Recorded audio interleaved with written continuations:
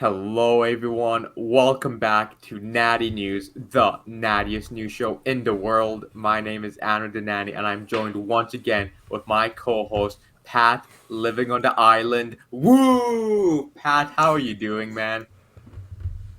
I'm good, man. It is the best news to say there is no news this morning. I have done nothing of note, and it's about 11 a.m. It's great. I've really been enjoying it. I love Victoria. Shout out to Victoria. How are you, Anwar? I'm doing well as well. I see you sipping on your nice coffee. What a way to start your lazy Sunday morning. I've been doing pretty good too. No notable news as well, which, sometimes can be good news. I think both you and I are pretty big fan of routine. So as long as stuff is going ahead of schedule, like there's nothing to complain. Um, but yeah, no, living on the island life, it really does kind of connect with the topic we're going to discuss today, just because when I imagine the island, especially Victoria, I just imagine such a relaxing lifestyle. Like, do you feel like you could maybe move there permanently? Could you see yourself settling down on the island and just enjoying this, I guess, quiet life? Man, it's not a solo decision, to say the least. But honestly, I really enjoy it, and we'll probably get into it a little bit more as we talk about today's topic. Why? I just find that yeah, the lower stress contributes to success in so many parts of my life. Yeah, like actually, just from curiosity, do you think you're more of a city person, or do you kind of like to be more in like an open, natural environment? I think I'm halfway. So the city, if we take Vancouver for example, where I have the most experience, there's just too much going on. Like there's so much traffic and like there's so many people and there's always something going on. People are moving quickly, and then you can literally feel like a stressful vibe in the city. Like if you walk around anywhere in Vancouver at about 8:30 a.m. when I'm waiting for the bus, like everybody looks stressed out. They're running. But in Victoria, people start work at like 9, maybe 10, and people just drive the speed limit. It's a good time. When I'm looking to change lanes, people just yield. Like they're like, and they just smile at me. I can see them from like my back mirror. It's great. But I think too far out of that, if you're like literally in like the wilderness, then that's too far for me. I kind of like a city life that's not too busy. I agree with you. Have you ever heard of the concept of a 15-minute city? No, hit me with it. So the idea of it, and I might be wrong, but it's the fact that you are within 15 minutes of everything you need. And I Oh think it's yeah. 15 minutes of like walking, that you're within like a grocery store, a school, like a community center, that you have all of that within this 15-minute radius where like you can just get around and you kind of stay in like, I guess, like a little bubble, where you'll have everything in that distance. And I think I like that. Like, I don't like to be in like a huge bustling city where, it's just like skyscrapers everywhere. But I like, kind of having the opportunity just to like get wherever I need pretty quick and pretty close by. So I definitely, I guess, like I'm spoiled by um, benefits, but I do, I guess, inspired to be more of one of those natural people, like the ones who, love to wake up in like a cabin and hear the birds chirping. I feel like I aspire to be like that, but I'm too comfortable in the city living. Oh yeah, it's good. I think you're in Kitsilano now, and from what I hear, there's you got everything pretty close by, and one of the best community centers in town, as I recall from last week. Man, the Kitsilana Community Center, truly the peak of community center luxury. If we have any workers there, hats off to you guys. You've done an amazing job. Big fan of it. But yeah, no, I do really like this neighborhood, and kind of what I mentioned, the walkability. Like, it's super close to get groceries. It's super close to go to the community center, and yeah, I enjoy it. And you know what? My step count is just amazing. I have a phenomenal step count from just all that walking. It's kind of cute though. I was talking with my mom yesterday, and I was asking her like, if someone asked you for like, what's your number one life tip? She was saying to try to walk as much as possible. It's a great tip, but like, I feel like that starts from living somewhere where walking actually makes sense and serves a purpose, right? Like you live in Kitsilano, which is beautiful, and there are things nearby to walk to. But if things are like an hour and a half away, and it's groceries, like that just doesn't make any sense whatsoever. So yeah, where you are makes such a difference. It completely does. And as people probably can guess, the topic today is obviously urban planning. We are now shifting away from fitness and talking now about urban city planning. So, welcome to Natty Infrastructure, the nattiest infrastructure show in the world. But no, I kid. Today's topic is actually going to be about stress, and specifically how stress affects your gains and how you can maybe better deal with it and train effectively when you go through those times of stress.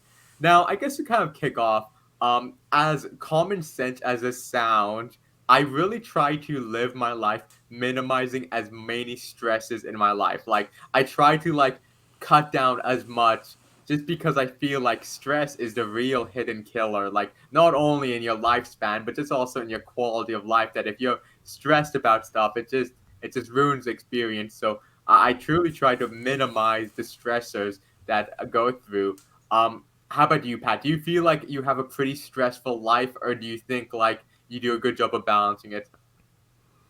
It's I think it's halfway. It's I find it difficult sometimes that there's like the whole like hustle culture of nowadays, which as much of it's kind of a meme, right? Like in mid 20s, people are working really hard, and I see my friends who are like achieving amazing things, and it's really easy to feel like I'm not doing too much, or like to feel bad to rest, to feel bad to enjoy an evening just like not do anything. You all those people who say like, you've got like whatever hours a week. If you're not working, you should be learning a new craft or whatever, right? And I kind of used to get bogged down by that, but I think right now I've really been trying my best to live a stress-free life. Like, I wake up, I go to work, I try to enjoy my time with my clients and feel good about helping people. I leave work, eat a snack, go to the gym, lift some weights, go home, cook my dinner. And, if there's small tasks, I try to do that. But I've really been trying to keep that routine. And Anwar, you like to say it all the time. It sounds boring to a lot of people, but it's really great having a routine. And I find that for me, part of the enjoyment is getting better at that routine, like getting more efficient at it and doing the things in the routine in a higher level and better level. Like that's exciting, right? Like doing better at the gym, getting better at work, getting work stuff done in a more efficient manner. Those are all, I think, pretty efficient things. I mean, fun things for me. I completely agree with you, and I think also like there's an idea of like minimizing stress. Like I don't think minimizing stress or trying to be a stress-free life means you don't do anything. I think that's like a Yeah. common misdemeanor is like, okay, if you want to be a stress-free life, you should stay on a beach and like have like mojitos all day. Although that is nice and is good, I do feel like you do also want to have an impactful life. You want to get stuff done. And I Yeah. kind of find that like a strategy I like to do is kind of I like to say like pick your battles where you're gonna have to do 100%. stuff in your day, and it's like, what stuff do you think you can do, you can take on that doesn't significantly give you anxiety or worry? Like, try to make sure that you never go too far, that you just take enough to kind of keep yourself in this good, nice area. It's kind of like the concept of like 80-20, where you can do 80% of the work, but in adding in that last 20 gives you like 80% more stress. So I feel like that impacts a lot of ways. So I like what you're saying though about having that routine and having that balance. Like you're gonna have to meet with your clients and get paid and have your career. So try to enjoy it and try to take it as easy as you can instead of being so stressed about it. And I feel like there's a lot of aspects on that, and I do like how you're taking it. Um, Before we talk into about how stress kind of affects training and how you can adjust from it, what do you do though when you're in a stressful period of time? What's your strategy to handle stress? Yeah, that's a question I think about a lot. And like I tend towards the anxious side of things when basically stuff goes wrong. So my first strategy is I always try to hinge back on the things I can control. So let's say let's say something's going wrong, but I kind of look at all the major pillars of life, which, considering family and friends, career, uh, sleep, recovery, training, and I try to look at which things I can maybe gain better control of. And then I also look at which things I can take out. So, and we're going back to what you said about that 20%. If it's something that I cannot affect that is making me stressed, for example, it's waking up early in the morning for work every day. That's what's making me stressed. I'm not sleeping enough. Then I have to go back and look at, well, I should sleep earlier, right? That's one thing I should do. And maybe it's midterm week, so I can't do that. So maybe I have to look at, okay, well, I'm spending 2 hours in the gym training at 8 p.m., which affects my sleep. Maybe I just got to not train for a few days. Maybe I got to cut down the intensity. So I find that usually helps, like taking in a systematic manner, looking at my life and seeing which things I can take some stress out of so I'm not overloading that cup. No, I love it. And I actually really love what you said about seeing what you have control over, because I completely agree with that. I think whenever you're entered into a stressful situation, you get lost in this idea that you're stuck in there, and then that kind of worsens the anxiety. My girlfriend, she once was talking about how, like, if you get the Sunday scaries about something like your job the next day, that's kind of a good sign that you need to start looking at changing your job. And I really like that. I think that's a good insight, and I think it can be applied to a lot of stuff. Where if you That's start true. getting a lot of anxiety or scared about something, I think it's good to maybe reevaluate if you really want to do that. And some things you got to do. Like obviously, maybe you like your job, but you don't, but you get worried about waking up at 8 a.m. Like you mentioned, there are things you can change and mechanisms to improve that. And I think being able to take control and overcome that is very important and valuable. But I also guess there are points where you're never going to have a perfectly stress-free life, and I feel like it's always good to have grounding tactics and stuff you can do that will always like calm you down and chill out. Like from me and you, I think we can both relate to this. Working out a lot of times can be a really good way to manage stress. And if you're feeling a lot of anxiety, just going to the gym or going out for like a run or a walk really can help calm you down and bring you back. And I think that's a tool I use a lot. I know other people definitely have found other hobbies. So I think it's important to identify that and try to find mechanisms that can bring you down and chill you out a bit, just because I mean, man, stress, that's the real killer of the 20th century, I feel. Yeah, I mean everything's just gotten stressful too, right? Like things are expensive and there's all these like expectations placed upon us and you're either feeling like you're not doing enough or you're doing too much.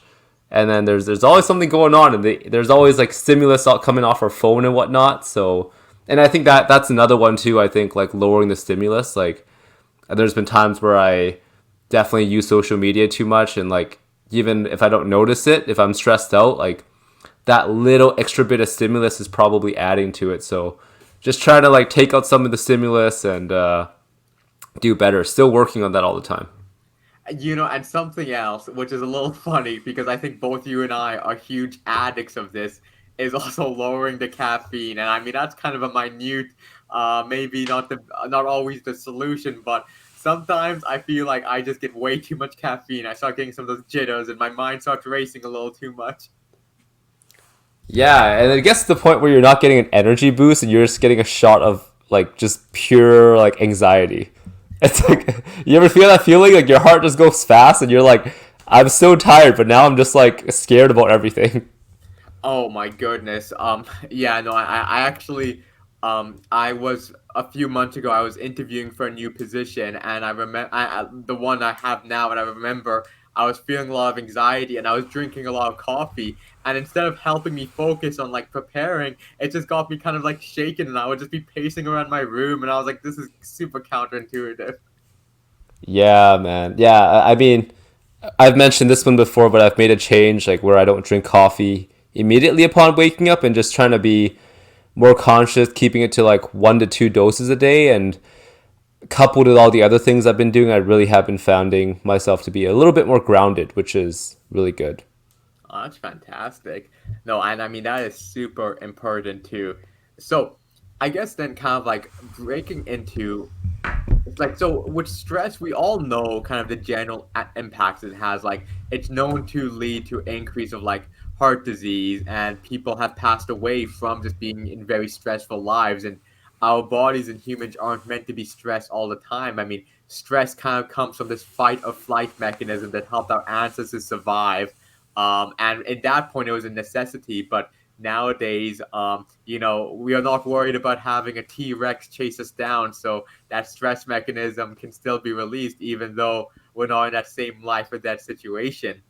Um, but not only can stress affect your longevity and your health in that way, but it can affect something even more important, your gains. And at Natty News, we always want to maximize those gains. And so, one thing I was actually reading about, for once, I'm the one who brought in some research, some science into Natty News, is the effect of your mental fatigue from stressors can affect your training. And something that's really interesting is there's a significant impact on your muscular endurance because of stressors from maybe looking at your phone or maybe working a hard job, and just feeling that spike can cause significant challenges in your training. I think in the report they found upwards of like 25% less reps in reserve for upper body and lower body exercises when going through periods of high stress before training.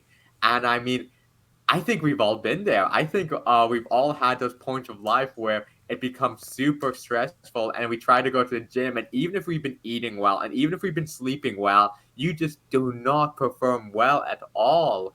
I think I've definitely probably just a relatable story is during final seasons back in university, I would try to still go to the gym.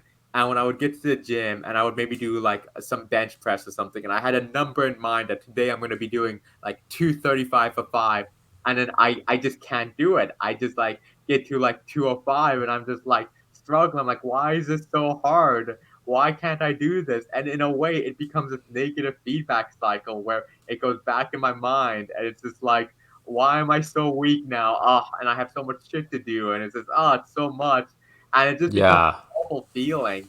And it's funny then because the thing that helps you with stress ends up becoming a bigger stressor in your life. And yeah, it can be bad. So I'd love to hear, have you kind of experienced this before, of this like stress impacting your training and just kind of lowering your overall quality of training? Yeah, very. I have a very good recent example, and it kind of relates to because unfortunately I'm still in school, and so it relates to the most recent. I guess it was finals.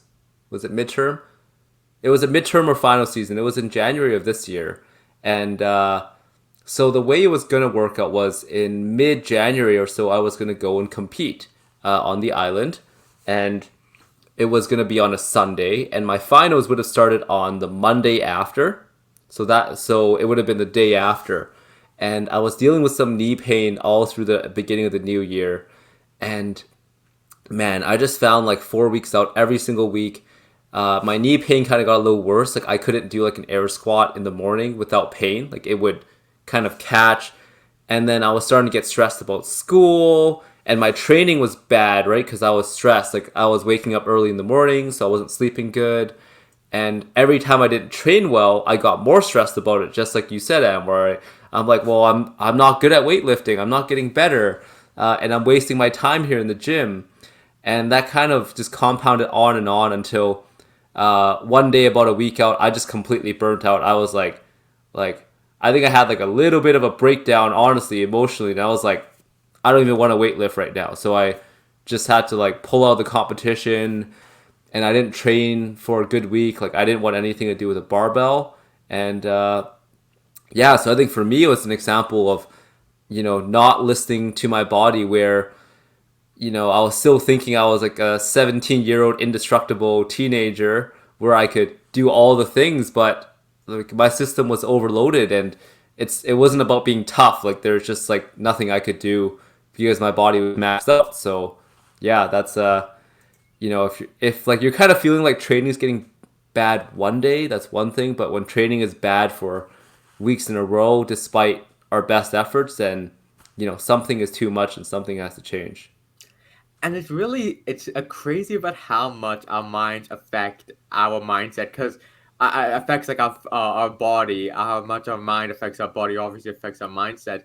Um, it's really is so crazy because what you're mentioning is true. Where if you start getting in these bad mindsets and you start getting these bad moods over your training, it then just kind of completely destroys your progress. Where even though your body has been like eating well, sleeping well, getting all the nutrition recovery, but just because you're kind of going through these negative periods, it can significantly affect it and bring it down. And it's kind of nice to hear that it's not just all that you're not just kind of being lazy or weak, but there's more to it.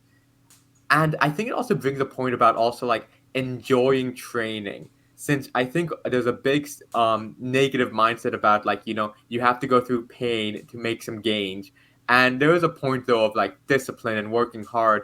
But then when people actually hate going to the gym, they feel like it's painful, it's so unenjoyable, you're not going to make much progress with that mindset. If it's going to be a battle for you to get to each time going to the gym, it's not going to really help you progress or improve. So it's really important to have a positive mindset entering into it, not only for you to not suffer as much throughout the day and having more stressors in your life, but also to be able to actually make good progress. You do need to have like a good mindset.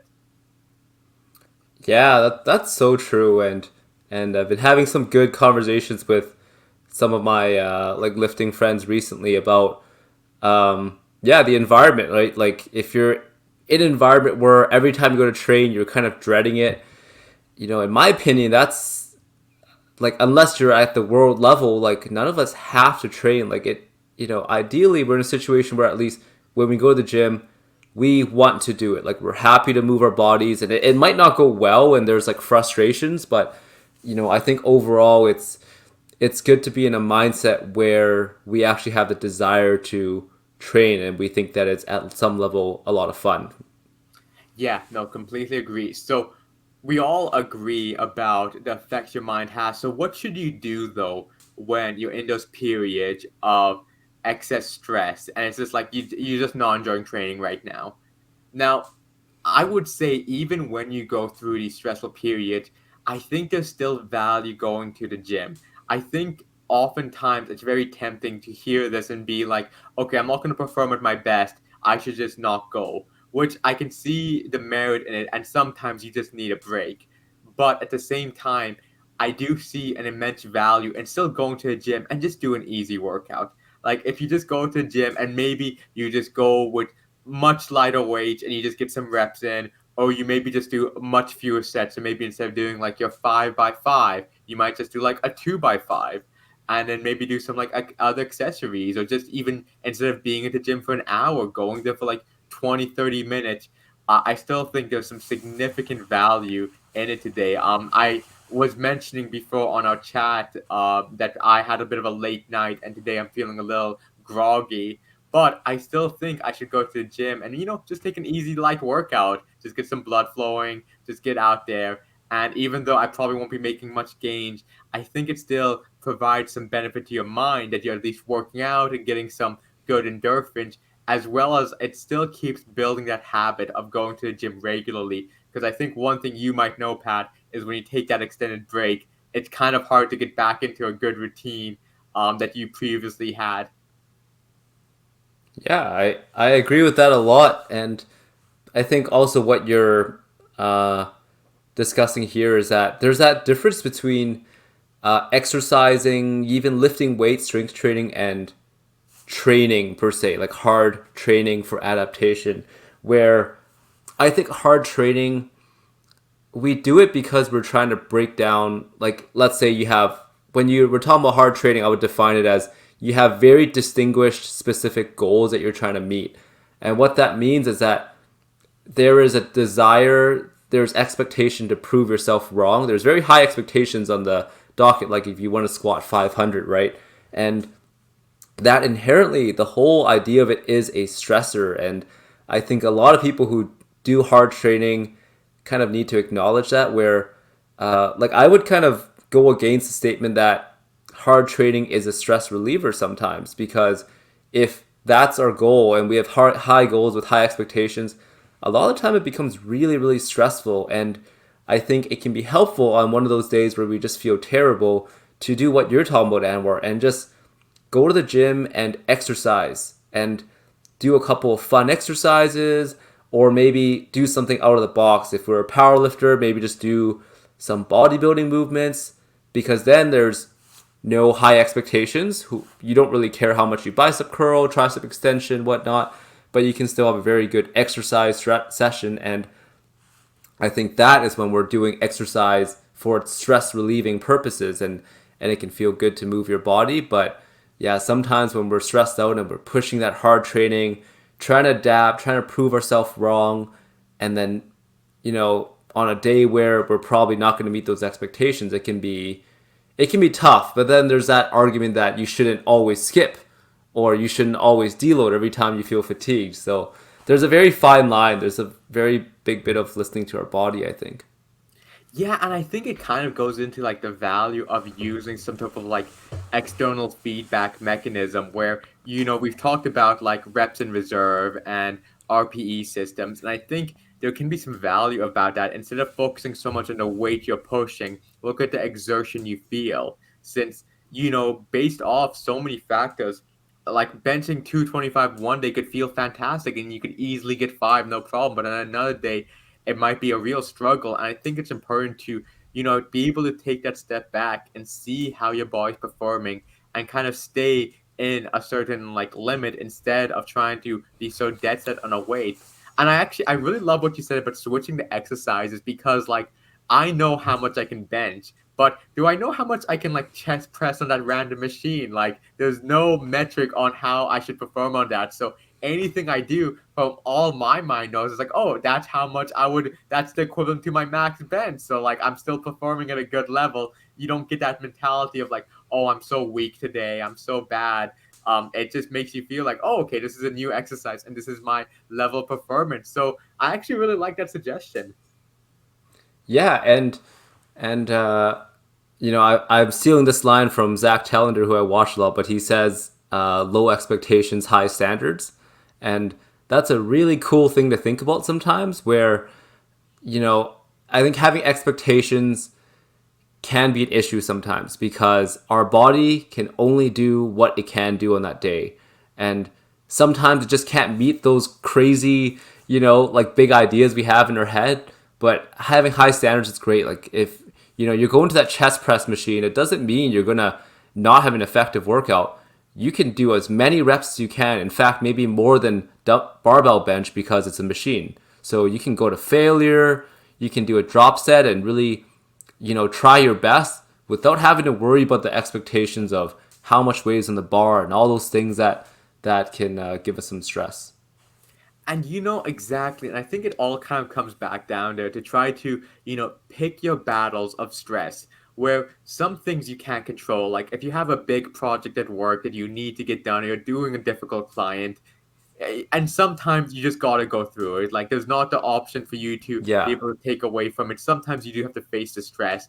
And so then if you're going through those periods, do you really want to add more stress by going about the gym? Like the gym should not be one of those things where it adds more stress, unless of course it's your career if you're a professional weightlifter, which neither of us are, and I don't think anyone listening to this is.